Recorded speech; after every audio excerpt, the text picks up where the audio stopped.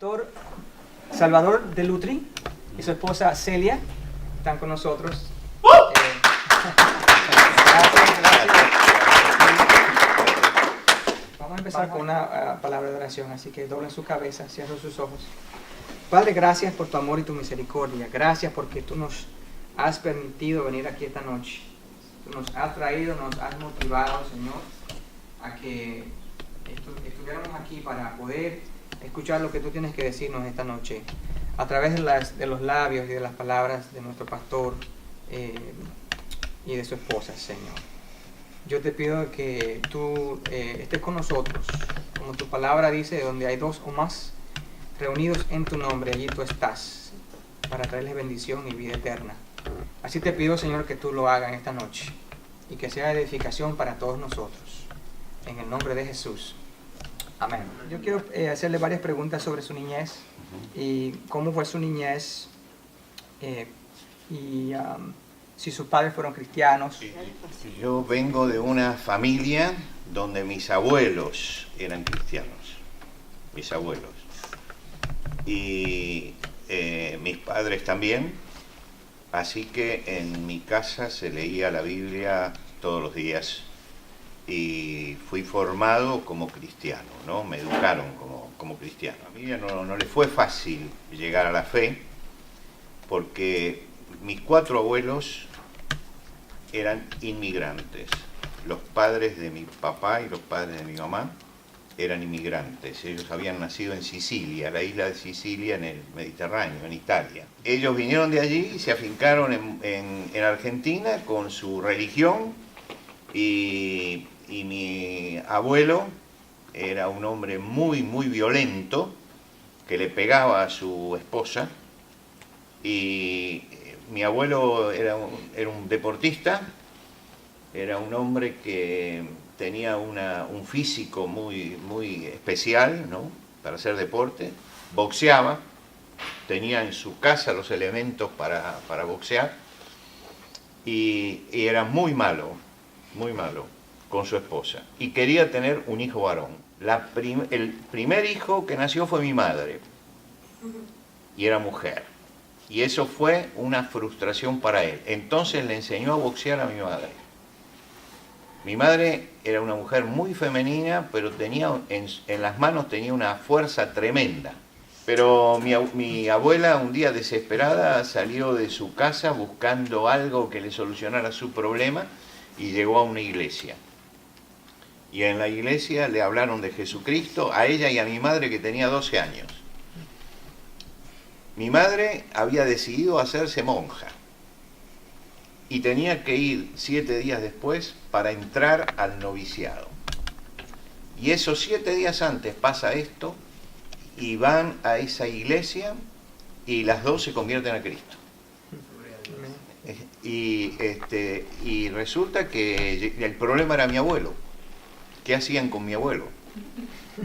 Y mi abuelo, el pastor de la iglesia, que era inglés, lo iba a ver. Entonces se juntaba un italiano y un inglés, ¿no?, y le hablaba.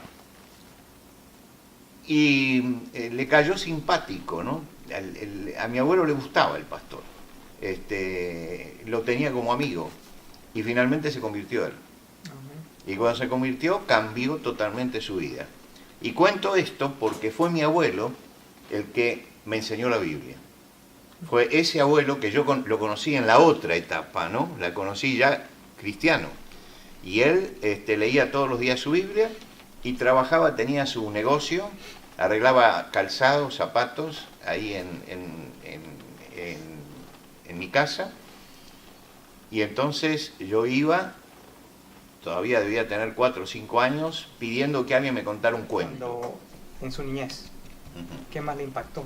Bueno, esto, ¿no? Lo que a mí me impactó, porque yo no conocía la historia de mi abuelo, hasta que después conocí su historia. Y cuando conocí la verdadera historia, que él no era eso que yo veía, sino que había sido un hombre muy malo, a mí eso fue lo que más impactó mi vida. ¿Me permitís decir algo? Sí. El abuelo tuvo 3 hijas mujeres, y él fue su primer nieto y varón. Imagínense Claro, qué claro. significó Se para el volvió- se abuelo. volvió aún más Él, loco, sí. ¿no? Claro, era el primer varón que llegaba a la familia, ¿no? Era Sí. ¿Cómo y cuándo conoce a Jesús? Yo conocía todo el Evangelio de punta a punta y podía explicar el Evangelio, y conocía el Antiguo Testamento.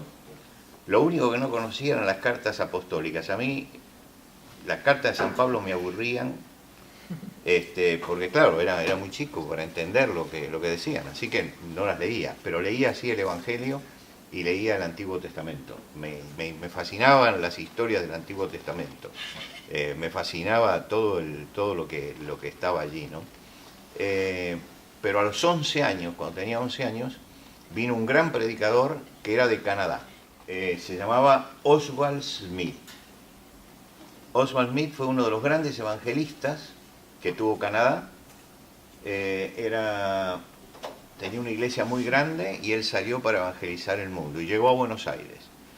Y él predicó en un gran estadio y yo allí sentí que el Señor me llamaba cuando tenía 11 años y allí me convertí al Señor. Dice, ¿cuáles fueron uno de los pecados más difíciles que tuvo que superar? O una de las cosas de las pasiones durante su juventud. Yo tuve todas las pasiones y todos los problemas que tienen todos los jóvenes.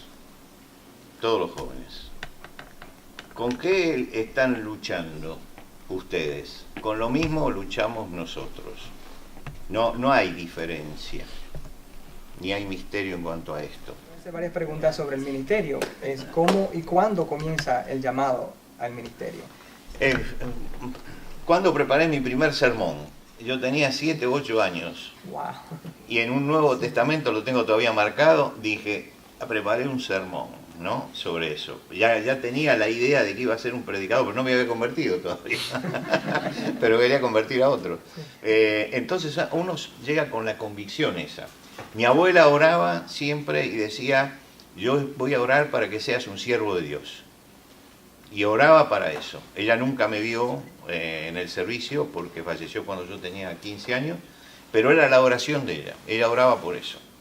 Así que eso también, porque que una abuela le diga a uno, estoy orando para que seas un siervo de Dios, eso fue marcando el hecho no de ser un pastor, de ser un siervo de Dios, donde sea.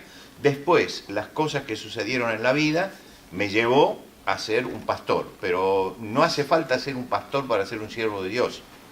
Todos podemos servir al Señor en lo que tenemos en la mano. Entonces el asunto no es, porque algunos miran, siervo de Dios es el que es pastor. No es así. Uno puede no ser pastor y estar sirviendo al Señor, y su servicio es tan válido como el del pastor. Ahora, algunos tenemos un llamado especial para esto, Sí, ¿no? exacto. Y otros tienen para otra cosa, pero ser siervo de Dios, eso tenemos que ser todos. ¿Cuál es la parte más exigente de lo que hace? ¿Qué dirías? iglesia. La iglesia siempre es exigente. Los viajes son exigentes, ¿no? No es fácil tener la vida así dividida en dos partes. Yo estoy pastoreando una iglesia y estoy viajando, además. Lo que quiere decir que salgo, por ejemplo, un mes y me quedo 2 o 3 meses en la iglesia y vuelvo a salir un mes. Y las cosas son complicadas en ese sentido. Ahora, la pregunta era... ¿Qué sería lo más exigente? Lo más exigente. Ujú. Y Lo más difícil, diría. Lo más difícil. Lo más demandante. Sí. Y lo más demandante es la relación con las personas y con los problemas que tiene la gente. Eso es lo más demandante. Que uno tiene que acercarse a la persona que está sufriendo, por ejemplo, y tiene que aprender a sufrir con él. Yo al principio creía que yo le tenía que explicar por qué sufría. Y no es cuestión de explicar nada, es cuestión de saber acercarse y poner la mano en el hombro y llorar con él. Porque hay algo que es el lazo que se tiene con la gente. Uno ama a la persona. Piensen ustedes que yo casé, por ejemplo, un matrimonio. Después vinieron sus hijos. Y yo presenté al Señor a sus hijos. Crecieron sus hijos y los bauticé. Y se pusieron de novio y los casé. Y ahora llegan los nietos y estoy presentando a los nietos, ¿no? Wow. Entonces yo miro y están allí los que casé, que son ahora abuelos. Y yo estoy presentando a los nietos. Y digo, bueno, seguramente no voy a casar a los nietos, ¿no? Porque ya no voy a estar en aquel momento, ¿no? Tengo 70 años, tendría 90 años a lo mejor cuando se casa. Pero eso es la iglesia, eso es lo maravilloso de la iglesia. Lo maravilloso de la iglesia es que somos el pueblo de Dios, pero somos la familia de Dios. Y nosotros encontramos en la iglesia la necesidad que todos tenemos de afecto. Ahí está en la iglesia también. Y está el Señor en el medio. Y hace que nosotros no tengamos, fíjense, ¿cuánto hace que nos conocemos? 15 minutos, Sí. 20 minutos. Pero uno siente ya que está con hermanos, ¿no? Y este es el misterio de la iglesia. Que yo pueda bajar en un lugar porque me invitó a una iglesia y me encuentro con un pastor que no conozco y me saluda y ya somos somos familia. Ya. Como si nos Somos conociéramos familia. por años. Por años, Sí, claro, eso claro. es. Eso solamente sucede entre los cristianos y solamente sucede con el pueblo de Dios. Amén. Y desea saber cuál es la diferencia entre las denominaciones cristianas, porque hay tantas denominaciones o diferentes tipos de iglesias cristianas, pero que son completamente diferentes. Bien, la Biblia es una. La Biblia es una. Hay diferentes grupos porque a veces hay algunas costumbres y algunas tradiciones históricas que son diferentes. Pero el Señor es el mismo para todos. El Señor es el mismo para todos. Entonces, algunos son bautistas, otros son de la Alianza, otros son pentecostales, otros son de la Unión Evangélica, no sé si está aquí. Bueno, pero todos somos hermanos en Cristo. Todos somos hermanos en Cristo. Ahora, seguramente algunas prácticas son distintas en un lado o en el otro. Eso es lo que a veces hace que tengamos denominaciones. Y tenemos una historia diferente porque venimos de una raíz diferente. Pero son todos hermanos. Y tenemos que mirarlos como hermanos. Y a veces nosotros no nos hallamos en ciertos, no nos sentimos bien en ciertas iglesias porque no tienen las prácticas que tiene nuestra iglesia. Porque nos acostumbramos a eso. Pero eso no significa que ellos no sean hermanos. Son nuestros hermanos y tienen otras costumbres. Y entonces tenemos que aceptar que ellos son nuestros hermanos y son distintos porque no somos todos iguales. Alguien pregunta, si oro por algo y Dios no me responde, ¿significa que Dios se niega a cuidarme?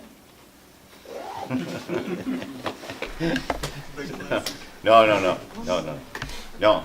Dios siempre responde a las oraciones. Siempre. Pero a veces dicen que no. Y cuando nos dice que no, nosotros decimos no me respondió, ¿no? O me dice tienes que esperar. Y cuando me dice que tengo que esperar, digo no me respondió. No, Dios te contesta. Porque Dios siempre está escuchándonos y está contestando nuestra oración. A veces nos niega eso, a veces nos dice que hay que esperar y a veces nos da las cosas. Como nosotros miramos las cosas desde abajo, decimos, cuando me la da, me contestó. Y cuando me dice que no, digo, no me contestó. No es que no me contestó, es que me dijo, mira, tienes que esperar. O no. La pregunta es, si mi vida va muy bien sin la influencia de la religión, ¿para qué necesito a Dios? Yo creo que está bien engañado, ¿no? Yo le hablaría acerca del futuro y de la muerte, ¿no? ¿Para qué necesita Dios? Porque necesita tener esperanza para la eternidad. Y Jesucristo vino para eso, ¿no? Entonces, el que dice, ¿para qué necesito a Dios? Es un soberbio, ¿no es cierto? Cree que basta con lo que tiene. Y no es así, todos necesitamos a Dios porque necesitamos respuestas. Hay 3 preguntas que todos nos hacemos en algún momento. ¿De dónde vengo? ¿Hacia dónde voy? ¿Y para qué estoy aquí? Y esas 3 preguntas no las contesta ninguna filosofía, la contesta únicamente Dios, que es el que me dice, ¿de dónde vengo? ¿Hacia dónde voy? ¿Y para qué estoy aquí? Ahora, yo le estoy contestando a un anónimo, ¿no es cierto? Sí. Pero me gustaría tenerlo cara a cara para hacerle yo también algunas preguntas, porque creo que esta pregunta merece que yo le pregunte algunas cosas, ¿no es cierto? Sí. Que le pregunte acerca de su propia vida y que me conteste de dónde cree que viene y a dónde cree que va. ¿Qué sentido tiene la vida? Un filósofo francés dijo que hay un solo problema filosófico importante, y es el suicidio. ¿Por qué no nos suicidamos? ¿Qué sentido tiene la vida? Era la pregunta. Porque ¿por qué vivimos? ¿Por qué seguimos luchando? Porque tenemos alguna esperanza de que algo hay, ¿no? Y eso es lo que nos sostiene. Y eso es lo que nos lleva a buscar a Dios también. San Agustín decía que el hombre tiene adentro un vacío que no lo puede llenar. Y ese vacío tiene la forma de Dios. Si no entra Dios, no se llena ese vacío. Bueno, cuando uno es joven no se da cuenta que tiene ese vacío, pero después empieza uno a darse cuenta. Y cuando ya está cerquita, como estoy yo, entonces uno se da cuenta de lo importante que es tener al Señor y tener fe y tener esperanza. No creo que necesito ir a la iglesia. Yo creo que ser una buena persona es más importante. ¿Por qué necesito ir a la iglesia? ¿Cuál tiene más valor en los ojos de Dios? Hay que ver por qué se va a la iglesia. Hay gente que va a la iglesia por rutina, hay gente que va a la iglesia por costumbre, hay gente que va a la iglesia porque cree que ir a la iglesia agrada a Dios. Pero la iglesia es el grupo, no es el edificio, es el grupo de los redimidos por Cristo, de los que tienen la misma fe. Y tú puedes ser una buena persona sin ir a la iglesia. No quiere decir que el que no va a la iglesia es una mala persona, pero no tienes la esperanza de Cristo ni tienes la salvación de Cristo. Entonces te está faltando algo. Y el que tiene a Cristo en su corazón va a buscar a la familia de los cristianos y se va a acercar a otros cristianos para vivir la fe, porque la fe se vive en comunidad también, ¿no? Entonces es muy importante la relación que tenemos entre nosotros y vivir así, en comunidad, la fe. Yo no entiendo que un cristiano no vaya a la iglesia, por ejemplo. No entiendo que un domingo uno pueda quedarse en su casa sin ir a la iglesia. ¿Por qué? Porque yo voy a gozarme con mis hermanos ese día, a dar gracias a Dios con todos ellos. Entonces es importante. Ahora, eso no quiere decir que los que van a la iglesia son todos buenas personas y los que no van a la iglesia son todos malas personas. No es así. No es así. Hay buenas personas también afuera, pero no tienen a Cristo. Próxima pregunta dice, ¿cómo le decimos a alguien que la homosexualidad está mal? ¿Cómo le decimos a alguien? ¿Tienen tiempo? Esto es muy largo de hablar, ¿no? Está bien cargada, ¿sí? No, yo he dado algunas charlas sobre homosexualidad y todo esto. Hay algo, para ponerlo en claro. En primer lugar, el pecado de la homosexualidad es como cualquier otro pecado. No es un pecado excepcional, porque todos creen que ese es el gran pecado, ¿no? Hay un montón de pecados. Cuando uno, ¿cómo se dice? Chismea, ¿no? Sí. Es tan pecado como la homosexualidad. Porque para Dios el pecado es pecado. Exacto. Es pecado, ¿no? Quiere decir que no hay que mirarlo como una cosa excepcional. Pero hay algo que es una ley natural, que es lo que Dios ha marcado en cada uno de nosotros. Todos nosotros tenemos un ADN, ¿no? Eso nos marca como hombres o como mujeres. No somos hombres o mujeres porque tengamos órganos genitales solamente, sino que todos nosotros, todas nuestras células tienen la marca de que somos varón o mujer. Y entonces nos tenemos, de acuerdo a esa marca que traemos, es que nos tenemos que educar para ser hombres o ser mujeres. En algunos casos hay problemas en la crianza de la persona, en la educación, o hay experiencias que se viven en la niñez, o hay cosas que se ven que no se tendrían que ver en edad temprana, que llevan a torcer la sexualidad. Pero tenemos que entender que si Dios nos dio un cuerpo, ese cuerpo viene marcado con una sexualidad y nosotros tenemos que vivir esa sexualidad, porque viene ya marcado así. Cuando yo no vivo la sexualidad de acuerdo a lo que Dios ha marcado, estoy contra la ley de la naturaleza, que es la ley de Dios. Entonces, lo primero que tiene la homosexualidad, los hombres pueden hacer leyes protegiendo y todo, pero yo puedo estar de acuerdo, puedo estar acorde con las leyes de los hombres, ¿no? Pero no estoy acorde con la ley natural. Entonces hay una ley natural, y esa ley natural es la ley de Dios, y esa ley es la que hay que respetar. Entonces la homosexualidad está contra la ley natural, pero la homosexualidad es una práctica sexual antinatural. Entonces, esa práctica sexual antinatural va contra el principio de Dios, que estableció que cada órgano tiene una determinada función y debe ser utilizado dentro de esa función. Va relacionado a esa también. Dice, ¿cómo se debe de sentir Dios al saber que si hay personas que no se sienten cómodos con su género sexual? Un poquito tratando de entender la pregunta, ¿cómo se debe sentir Dios al saber que hay personas que no se sienten cómodas o no se sienten que son, sí, que dicen, oh, no bueno, soy hombre o mujer? Es muy difícil que yo sepa cómo siente Dios, ¿no? me puedo imaginar, pero no sé cómo. Pero yo creo que Dios no rechaza a nadie, está buscando a esa persona.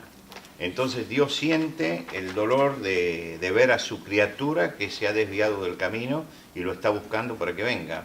Creo que es la pasión redentora de Dios de querer salvar al hombre, está por encima de todas las cosas, ¿no? Y entonces nunca hay que olvidarse que Dios ama a los homosexuales, como ama a todos los hombres, y los está buscando.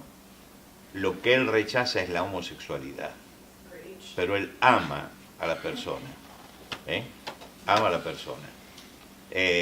Dios ama al pecador, lo que no tolera es el pecado. Cuando uno predica a Cristo, sabe que Cristo sí lo puede sacar. Amén. Y si Cristo lo puede sacar, entonces nosotros tenemos que llevarle a Cristo, porque Cristo sí puede hacer esta obra. La sociedad no puede hacerla, pero Cristo sí puede hacerla. Amén. Entonces esto es lo que tenemos que subrayar, que Cristo puede sacar a la persona de esa condición. Y nosotros, que tenemos a Cristo, somos los que tenemos que buscarlo. Porque si no vamos nosotros, no va nadie. Exacto. La sociedad los condenó ya. Los condenó a eso, a que sean eso. Y además le dice, y tienes que sentirte feliz siendo eso, ¿no? Y entonces, nosotros somos los que tenemos que mostrarle que pueden llegar, que eso es una anormalidad, y que pueden llegar a la normalidad si se acercan a Cristo. ¿Qué cree usted y qué dice la Biblia sobre la utilización de tatuajes? Bueno, los tatuajes en la Biblia eran la señal de la esclavitud. Al esclavo se lo tatuaba, para decir que tenía un amo. Awesome. Para eso se lo tatuaba. You guys get that? Yeah. Sí. Okay. Ahora hay una moda. Ahora, tú haces un tatuaje. Dices, yo amo a... ¿No? ¿A quién? A María. Porque ese día estás enamorado de María. Y te haces el tatuaje. Después te peleas con María y resulta que te enamoras de Marta. ¿Cómo haces para explicarle que te tatuaste el nombre de María? Entonces yo digo, es una moda, pero tengan cuidado con esa moda, porque el tatuaje es algo definitivo, ¿no? Cuesta mucho borrarlo. Entonces, eso hay que tener mucho cuidado. Hay que tener mucho cuidado. Yo no voy a criticar hoy a los que están tatuados, pero les digo, piensen que hay cosas que son definitivas y que la piel es el órgano más grande que tiene el ser humano, es la piel, es el órgano más importante, y que estamos jugando un poco con la piel al hacer todas esas cosas. Entonces hay que cuidarse de eso. Y hay que cuidarse también lo que uno pone. Sí. Lo que uno pone allí, porque eso después no se... Lo que hizo Pilato, ¿no? Lo que es escrito, es escrito. Sí. Pregunta sobre el noviazgo. ¿Cuál es su opinión sobre las relaciones de noviazgo en la adolescencia? ¿Cree que es una buena idea? puso el dedo en la llaga. Explícale. ¿Cómo? Relationships. Bueno, yo voy a hablar de mi experiencia personal. ¿Puedo hablar de mi experiencia personal? Sí, sí. Acá está Celia, que no me deja mentir. ¿Cuántos años tenías cuando comenzamos a noviar? 15 años. Nos casamos a los 5 años y llevamos 48 años de matrimonio. Así que bueno. Bueno, el noviazgo es una costumbre nuestra. En la Biblia el padre mandaba a buscar a la novia y se tenían que casar. Te casas con esta señorita y se casa con esta. Yo un día le pregunté a mi abuela italiana, que tenía un matrimonio pero perfecto, mi abuela paterna, no la materna, ¿no? Sino la otra abuela, no la de mi abuelo violento, sino el otro abuelo, tenían un matrimonio perfecto. Y un día le pregunté cómo la había conocido. ¿Cómo había conocido ella al abuelo? Y ella me dice, lo conocí el día del casamiento. Wow. Le dijeron, este va a ser tu esposo. Y entonces, como se querían tanto, yo le pregunté, ¿y cómo? Yo no entendía cómo el amor, ¿no? Dice, el amor se aprende. Se aprende. Uno aprende a querer a la otra persona. Y realmente se amaban tanto, pero tanto que cuando murió uno, al poco tiempo de tristeza murió el otro. Así que eso del noviazgo es una novedad que tenemos nosotros acá, eso de noviazgo. Antes los padres decidían todo. Los padres decidían todo. Mis padres, por ejemplo, y los padres de muchos de ustedes seguramente, cuando se ponían de novio con una niña, tenían que ir a hablar con el padre de la niña. Sí. Tenían que ir. Y tenían que hacer las cosas bien, ¿no? Y tenían que explicar cómo iban a mantener su hogar y todo eso. You hear that, boys? Hoy ya todo eso ya. Pero lo que yo digo es no jueguen con el noviazgo. El que se pone de novio tiene que tener el propósito de casarse. Entonces tiene que saber que cuando inicia esa relación es porque va a llegar a esto. No es para jugar. Es muy serio. Es muy serio, porque hoy resulta que yo veo a alguien que dice, está de novio con fulano de tal. A los 2 meses, no, ahora está de novio con fulana de tal. No, es un juego. No es un juego. Si yo voy además, piensen ustedes que hay algo que es la parte emocional de la persona con la que no se puede jugar. ¿No? Entonces, si yo voy a hablar con una señorita y voy a decirle que quiero casarme con ella, o que quiero noviar con ella, tengo que tener ya el propósito de casarme. La pregunta es, ¿puede una mujer ser predicadora? En esta iglesia tenemos mujeres que son no solamente son maestras y dan estudios bíblicos, pero también predican en los cultos de oración. ¿Estamos nosotros pecando o porque permitimos y apoyamos esto? Hay denominaciones que aceptan esto y hay denominaciones que no aceptan esto y tienen todas bases en la palabra de Dios. La mujer, la autoridad del hombre en la Biblia está bien marcada, ¿no es cierto? Que el hombre es cabeza de la mujer. Pero la mujer que está predicando habiendo hombres presentes a los cuales ella les debe también el respeto como al pastor y todo eso, ¿no? En algunas no es usual esto. Yo creo que cada uno, el texto se presta a varias interpretaciones, sí, ¿no? Sí. En su versión original se presta a varias interpretaciones. Yo creo que yo he sido bendecido por la predicación de, por ejemplo, la hija del doctor Billy Graham, sí, ¿no? Sí. Las veces que la escuché, Billy Graham. sí, es una bendición. Creo que se llama Ann Loth, ¿no? Sí, creo.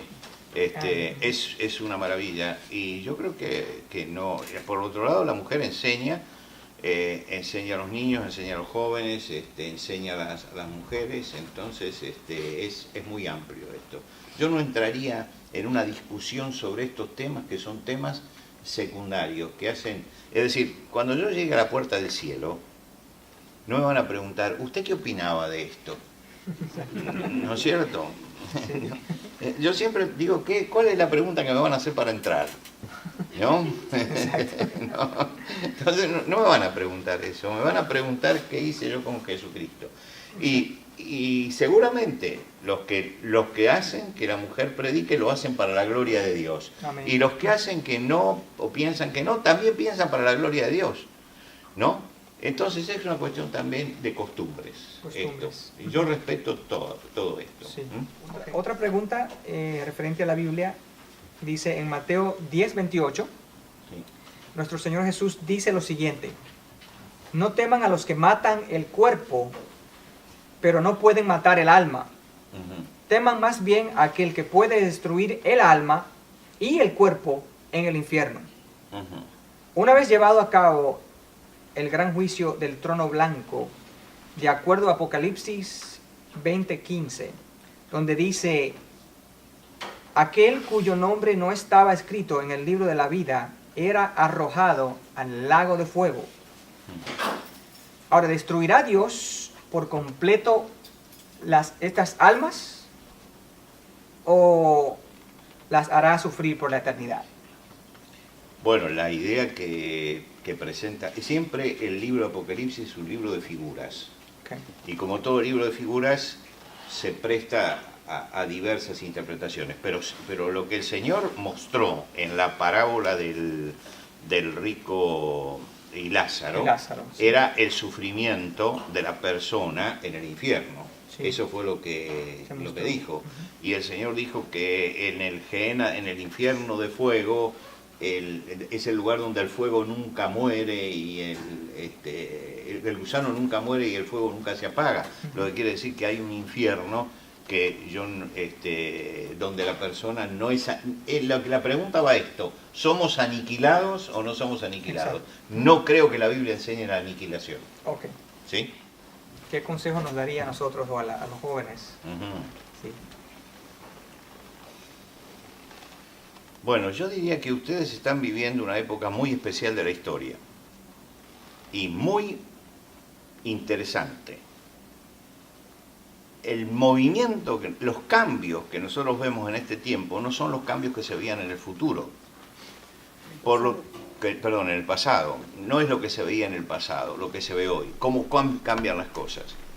Quiere decir que ustedes tienen el privilegio de vivir en un mundo bien comunicado, con muchos elementos en la mano y que tiene muchos desafíos.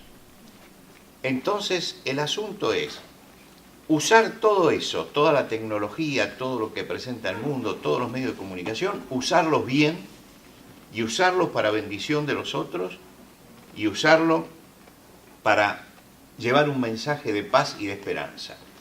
Este mundo tiene mucha tecnología, tiene muchos avances científicos y técnicos, pero no tiene paz ni tiene esperanza. Los cristianos tenemos paz y esperanza. Entonces, ¿cuántos de ustedes tienen Facebook? ¿O tienen algo parecido a Facebook? Instagram, Facebook. Instagram, perfecto. No usen eso para contar lo que les pasa a ustedes. No usen para decir: hoy en el desayuno comí tal cosa. Y sacan una foto y la publican. Porque eso no le interesa a nadie. Y no le hace bien a nadie. Pero ustedes pueden escribir acerca de su experiencia como cristianos.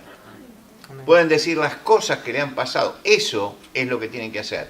Usar toda la tecnología, usar todos los medios que ustedes tienen a la mano para dar un mensaje de paz y de esperanza, que es el mensaje de Cristo. Y ese es el desafío que tienen ustedes.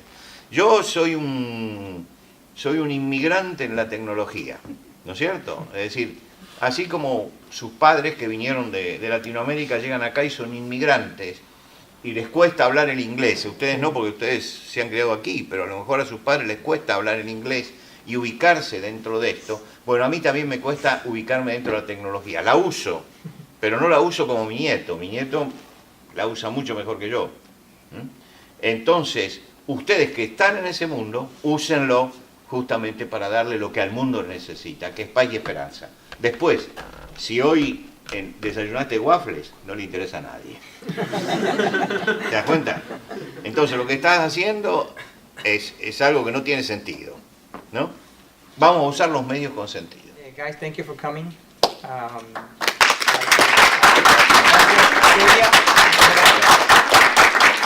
Sí, le voy a pedir que please stand up, guys, and get closer here. Le voy a pedir al pastor y a Celia que oren por nosotros, que nos pongan la mano del Señor. Voy a pedir que I'm going to ask the pastor and Celia to pray for us, que nos pongan la mano del Señor esta noche. Amén.